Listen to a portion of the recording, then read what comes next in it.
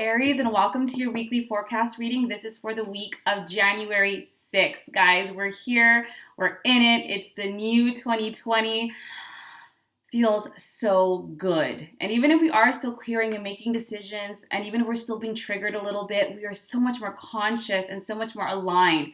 Things are kind of tilting in our favor, which is fantastic. And we got to continue to do the work, continue to be motivated and determined and clear and moving forward. So thank you so much for joining me. If this is your first time and if this serves you, please like or subscribe below or share it with someone you feel that this might serve.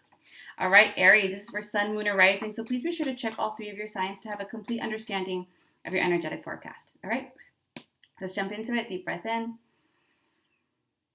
Deep breath out for the energy of Aries.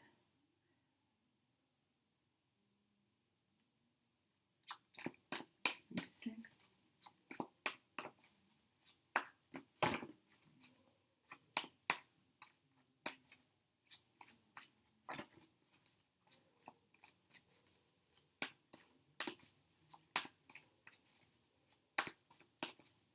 Having guidance for the energy of Aries for the week of January 6th. This deck is a bit stuck for decks. There we go.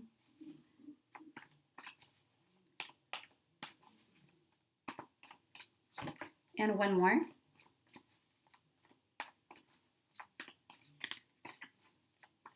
Now these cards are a bit sticky for you. All right, we have the Five of Swords. The Five of Wands, Queen of Wands, Four of Wands, King of Swords, and the Awakening card, which is the Hangman in traditional tarot. So right out the gate, Five of Wands is telling you this is your first week, Aries. You know, everyone's trying to move forward. What they're saying is, look at no reactions to people's taunts or triggers. The Five of Wands tends to be about verbal miscommunication, verbal drama, and this could just be happening around you, or you might be finding that people are trying to kind of poke a little bit, you know. So, and this could be for various reasons. And let me say, you have the Queen of Wands, my personal favorite, and the Four of Wands. Number one, as the Queen of Wands, and please don't let the gender, trip you up. You can go after anything you want right now, and you are. You have this particular energy, Aries, that's vibrant and just attractive. And when I say attractive, it's not just visually, aesthetically attractive, energetically attractive. You are attracting all the right people, circumstances, opportunities. You've created space to receive prosperity and abundance and things that are going to help bring to culmination and manifestation this vision, this drive that you have. And you have it with the Four of Wands, which is the best. Not only is that a marriage card, but it's like the card of healthy and happy home life, contentment, peace, abundance. You've done the work. So what I'm feeling here is that, and you know what? Sometimes, and I don't want to start out in any way, negative, but sometimes people that are, they see what you have, they see how hard you're doing, and some people are trying to cut at us, kind of like, well, are you sure that's how it's working? It's all too good to be true. Or just don't let any kind of misunderstandings, don't let anybody trigger you, don't allow anybody's own issues or problems, or sorry, I just noticed that their own perspectives be projected onto you this week. Stay away from all verbal drama. Stay away from all kind of miscommunication, mishaps, people trying to poke, or anything around you. Do not participate. You have a vision, you have a drive. Keep your eye on the big picture. This is something that's absolutely solvable. This is nothing like, oh no.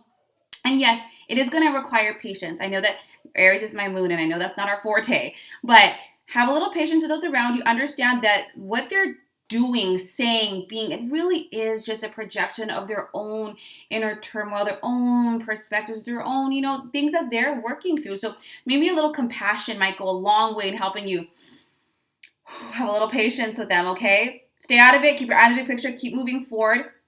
You might have to kind of remind everybody what the bigger vision is here. It's not this little squabble to stop, arguing over. This is nothing. This is BS. This is the bigger picture of here. Let's keep moving forward, which is great, Aries. You're standing in your power. And what's beautiful is you're not only choosing your battles, you're very aware and you're recognizing this doesn't really matter. In the past, that might have bothered me. In the past, that would have pissed me off. I would have jumped. I would have over it. And you're like, no. No, I'm a queen. I'm a king. I'm up here. I know what I want. I work towards it. Speaking of kings, you have the King of Swords. So this week you are being asked, and I don't think this is going to be any problem for you, Aries, to be diplomatic, to speak with confidence, to speak clearly, be very, and when I say direct, it's not so much like in your face, but it's clear. A, B, C, D. That's it. When you have the King of Swords, you're very diplomatic. I feel you're going to be in a position to kind of squash the drama, squash any kind of misunderstandings. And in a way, by doing that, you're not only aligning more with who you are, but your leadership roles. And you're kind of like, I got this. I'm not even in this anymore. I'm moving on up and out, and I'm actually leading in some way. You have the Hangman of traditional tarot. And this is a great card because this is asking you to kind of, that whatever's happening around you is giving you this opportunity to look at things differently, to look at yourself differently, to look at life differently. Like something might happen and you're going to be like, you know what? Oh my gosh. Like 3 months ago, my heart would have been racing. I would have been pissed. And I'm like, I don't feel that anymore. I don't feel, persuaded. I don't even feel tempted anymore. Like you're going to recognize how, while some things might have stayed the same, you've changed. And as a result, not only are you moving forward, not only are you manifesting, not only are you bringing peace and happiness and abundance and love and balance into your life, you're going to be able to see your part in things. You're going to be able to see the new role, the new energy, the new persona, the new story that you've created. So if you feel this week that you have to do this or put some things on pause because you're squashing this, don't feel that this is pulling you backwards. Not at all. This pause is to give you that incredible reflection, like, oh my gosh. And then when you recognize that, all these goals over here that you thought, maybe I'm not ready, maybe I should wait a little bit, maybe I need to think on it. When you have this awakening, this epiphany, this perspective switch, you're going to be like, you know what? I can do it. I'm up for it. I'm ready for it. I'm done. This book is closed. I know for sure now I'm going to move.